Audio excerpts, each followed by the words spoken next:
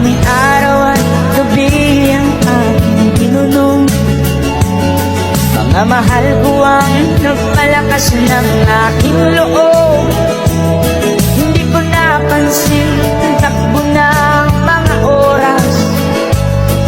Ngayon na ako'y pabalik na sa Pilipinas.